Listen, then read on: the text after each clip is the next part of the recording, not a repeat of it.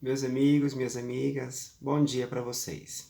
Meus amigos, a gente está chegando a um ponto do nosso curso de História em que a história mundial, aquela que eu trabalhei com vocês, Iluminismo, Liberalismo, Revolução Francesa, Revolução Industrial, a Era Napoleônica, Napoleão Bonaparte ali dominando a Europa, né? É chegado o momento em que essa história ela vai se mesclando com a história do Brasil. Na minha última aula, quando eu trabalhei com vocês um pouquinho sobre a Era Napoleônica, eu tentei deixar claro para vocês o momento histórico que o Brasil estava vivendo.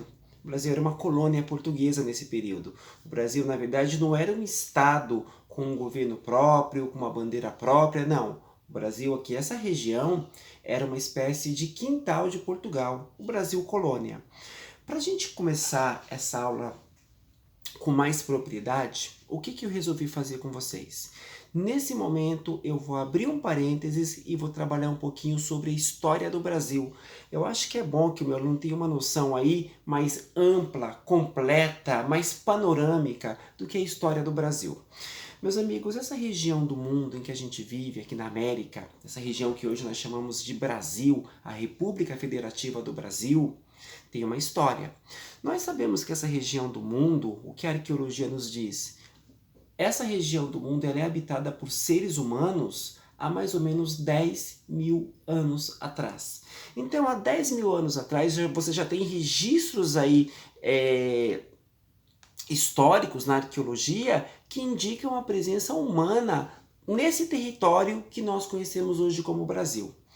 Entretanto, a referência que eu quero trabalhar com vocês, embora toda essa aula, essa história seja riquíssima, o momento em que eu quero trabalhar com vocês, delimitar um período com vocês, é o ano de 1500.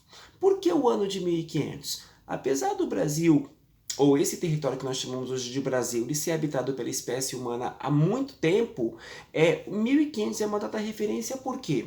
Porque é o momento em que os europeus, os portugueses, eles cruzam o oceano através daquele processo que nós chamamos de expansão marítima europeia, ou as grandes navegações, e em 1500 eles aportam aqui onde seria no futuro o território brasileiro. O que é importante eu deixar bastante claro para vocês? Quem chegou aqui em 1500 foram portugueses, navegadores portugueses. Quando eles chegaram aqui, eles não vieram para passear. Eles não vieram para olhar, conhecer e ir embora. Eles vieram para tomar posse. Então é claro que isso pressupõe até um desrespeito muito grande aos povos que aqui viviam. Entretanto, quando os portugueses chegam aqui, onde seria o território brasileiro, eles tomaram posse. Posse em nome de quem? Em nome do rei português. Em nome do governo português. Isso quer dizer o seguinte, que em 1500, quando os portugueses chegaram nas praias ali, eles tomaram posse do território. E a partir desse momento, o Brasil, ou esse território que ainda não se chamava Brasil, ele passa a ser o quê? Uma posse do governo português. E é aqui que eu delimito o nosso primeiro passo para entender a história política do estado moderno em que nós vivemos. Então, essa primeira fase da nossa história, que vai de 1500, percebam, 1500 até 1822, estou falando de 322 anos. Repito, 1500 até 1822, o que é esse território? Esse território é uma colônia portuguesa. Que nome os livros de história dão para esse período? Eu faço questão de repetir: 1500 até 1822. Os livros de história costumam dar o nome de Brasil Colônia ou Brasil Colonial. Por que Brasil Colônia ou Brasil Colonial? Porque esse território não era um país independente. Esse território, na verdade, ele foi convertido a uma colônia portuguesa. Qual era o objetivo dos portugueses? O objetivo dos portugueses aqui era fazer esse território trazer lucro para Portugal. No primeiro momento eles procuraram ouro, procuraram diamantes, até porque os nossos vizinhos estavam sendo colonizados por um outro país europeu, a Espanha. E a Espanha achou ouro, achou metais preciosos, e os portugueses também tinham a convicção de que poderiam também encontrar aqui. Nesse primeiro momento eles não encontraram. Então, o que os portugueses fizeram, já que não encontraram ouro, já que não encontraram diamante, só seria encontrado muito tempo depois, o que os portugueses fizeram para conseguir fazer com que esse território desse lucro? Eles fizeram o seguinte: eles vão começar a plantar gêneros agrícolas, ou um gênero agrícola que, devido ao clima favorável, quente aqui da América, eles podiam plantar aqui e vender com muito lucro em Portugal. Então, o primeiro item que eles vão lançar mão aqui é a cana-de-açúcar, o famoso ouro branco. Ouro branco porque isso para eles trouxe muito dinheiro.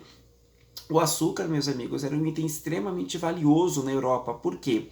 O clima não é favorável ao plantio da cana-de-açúcar.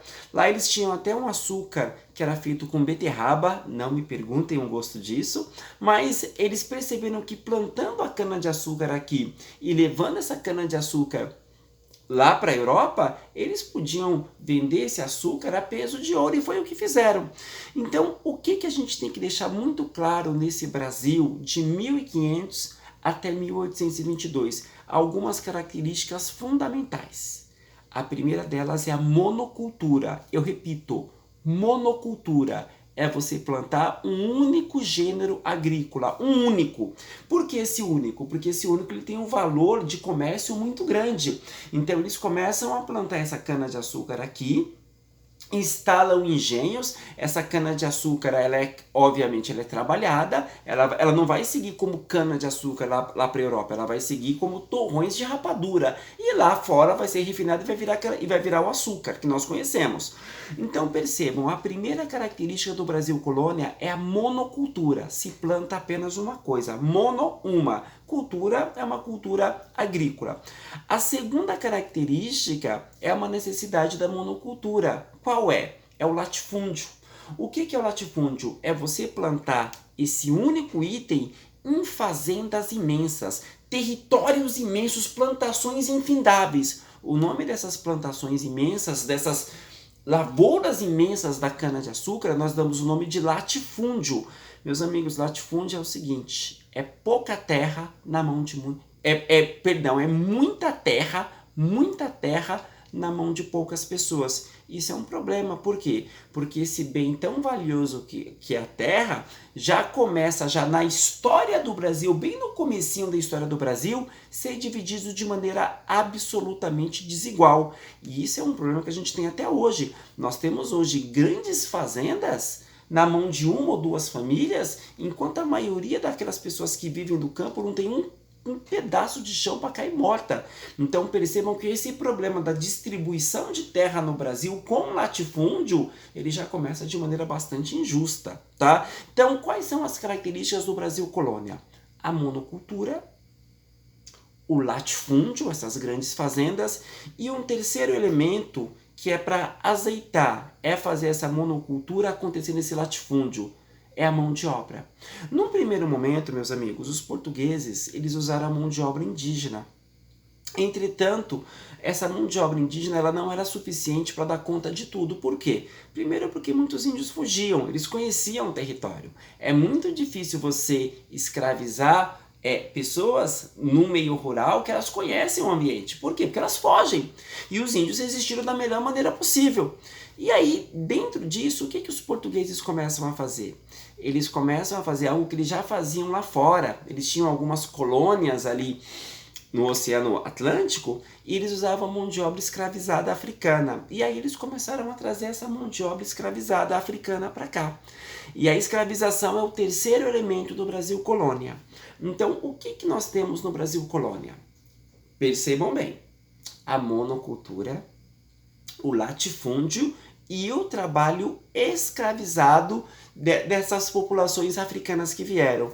Meus amigos, até a escravização acabar no Brasil, entraram aqui no Brasil de 4 a 6 milhões de pretos escravizados. O Brasil foi o país do mundo que mais recebeu o braço africano como escravizados. Para quê? Para alimentar a produção da cana-de-açúcar no primeiro momento. É óbvio que depois os escravizados foram usados para tudo. Então isso foi de 1500 até 1822. Em 1822, para ser muito mais específico, no dia 7 de setembro, feriado, no dia 7 de setembro de 1822, é um momento em que o Brasil ele nasce. Como assim, professor? Porque é o momento que o Brasil deixa de ser uma colônia portuguesa e vai se tornar o quê? Um país independente.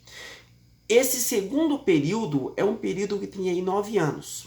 É o momento da independência, quando Dom Pedro I ele declara a independência do Brasil, 1822, e vai até o ano de 1831, quando Dom Pedro I ele vai embora do Brasil. Esse primeiro período, meus amigos, de 1822 até 1831, é chamado de Primeiro Reinado. Por que Primeiro Reinado? Porque foi o primeiro governo realmente eminentemente brasileiro, embora o nosso imperador ele seja português, tá ok? Então é o seguinte, quais são as características aí desse primeiro reinado? Primeiro, os donos de terra brasileiro, os donos dos latifúndios, os donos dos escravizados, eram pessoas absolutamente ricas e influentes na nossa sociedade. Então eram pessoas que controlavam a sociedade brasileira com mão de ferro. Então, quando o Brasil se declara independente, esses homens tiveram um papel imprescindível. Dizer que a independência do Brasil foi algo que beneficiou todo o povo brasileiro, que ajudou os pobres, os ricos, isso é uma ilusão, gente. Na verdade, a independência do Brasil ela foi promovida em grande medida por esses homens poderosíssimos, né? E repito, que é importante que a gente saiba disso. A independência do Brasil, ela não trouxe a abolição da escravização. Na verdade, quem era escravo em 1822 se torna escravo se mantém escravo da mesma maneira. Então, isso não reduziu, por exemplo, a desigualdade, a injustiça, a exclusão ou a pobreza no Brasil. A independência do Brasil foi um movimento mais elitizado, com as classes sociais que realmente tinham maior influência no Brasil, que eram exatamente esses donos de terra e de escravizados.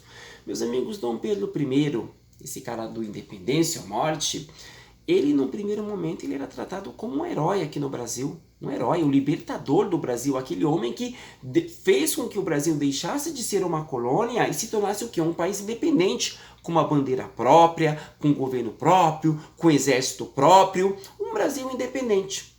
Entretanto, era um homem muito autoritário, era um homem que não conseguia ou não sabia ser contrariado.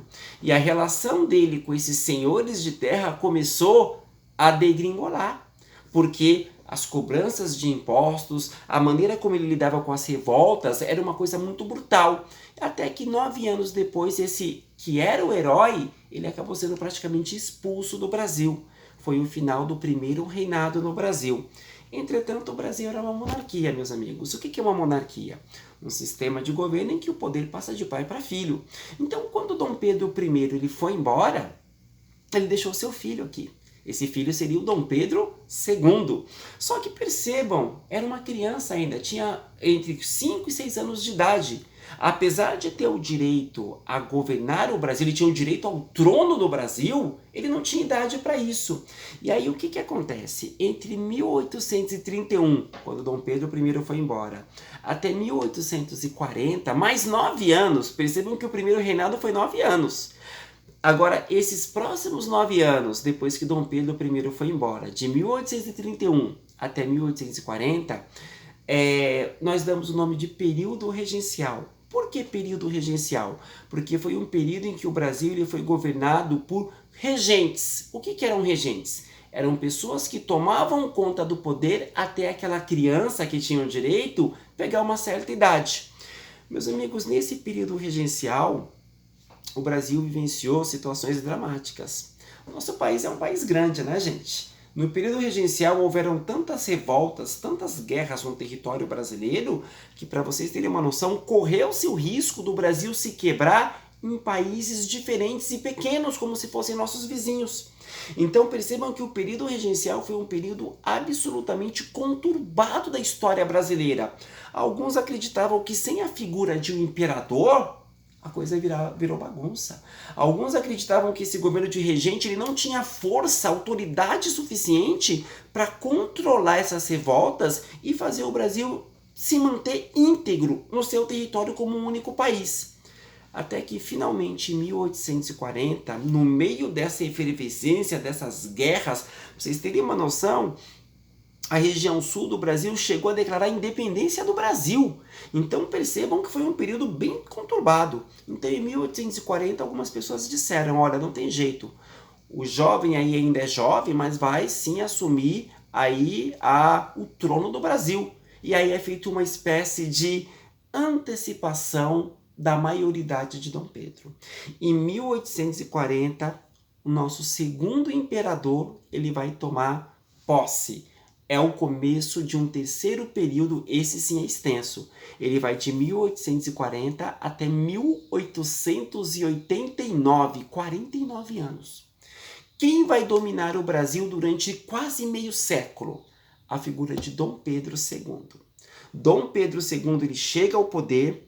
Agora percebam o seguinte, ao contrário do pai dele, Dom Pedro II era um homem culto, era um homem estudado, era um homem viajado, era um homem que diziam, gente, que ele tinha um profundo sede intelectual, ele sabia falar várias línguas, ia em feira de ciências no mundo todo, era muito bem relacionado com cientistas do mundo todo. Então o homem era realmente um homem bem culto. E era um homem que sabia negociar, era um homem que sabia o momento certo de apertar, de negociar. E aí essa relação dele com os senhores de terra foi uma relação mais amena. Detalhe, a escravização continuou no Brasil. Durante praticamente todo o segundo reinado, meus amigos, foi até 1889, a escravização ela se mantém. A escravização, na verdade, meus amigos, ela foi até um ano antes de Dom Pedro II ir embora do Brasil. Foi até 1888. Isso, em grande medida, explica o quê? Por que ele se manteve tanto tempo no poder? Se manteve no poder por quê? Porque manteve a escravização no Brasil. Alguns textos, alguns indícios que dizem que Dom Pedro II, pessoalmente, ele era contrário à escravização. Era um homem culto, viajado, então ele via que em outros países do mundo não tinha escravização mais. Então, assim, pessoalmente ele deixou cartas, as pessoas dizem que ele era contra a escravização. Entretanto, para se manter no poder ali junto com os senhores de terra, ele teve que dançar conforme a música. Então a escravização se manteve. Então é importante que se diga o seguinte, apesar de Dom Pedro II ele ser um homem muito mais maleável, a estrutura excludente, a estrutura escravocrata do Brasil, ela se manteve mesma. Percebam o seguinte, então desde 1500, passando pelo primeiro reinado, período regencial e agora esse longuíssimo segundo reinado, as estruturas sociais do Brasil de exclusão, de pobreza, de concentração de terra na mão de poucos, ela se manteve no Brasil. Até que finalmente em 1888 nós tivemos a abolição da escravização. A abolição da escravização, meus amigos, está muito ligada a 3 elementos. Primeiro elemento, a luta dos próprios pretos escravizados. Revolta, motins, isso era uma coisa... Essa ideia de que o escravo preto ele aceitou a escravização quieto, isso é mentira, eles lutaram até o final. Outro movimento que ajudou a acabar com a escravização foi os movimentos abolicionistas. Quem eram esses movimentos abolicionistas? Eram jovens brancos, filhos de fazendeiros, mas que moraram, estudaram, que era muito comum estudar em outros países europeus. Então esses moleques voltavam aqui para o Brasil e pensavam, meu, tem que acabar com a escravização, só que tem. Então percebam que dentro das próprias famílias dos senhores de escravizados, você já tinha um movimento abolicionista. Então percebam, além da própria luta dos escravizados, do movimento abolicionista, você tem agora o quê? A Revolução Industrial, lá na Inglaterra.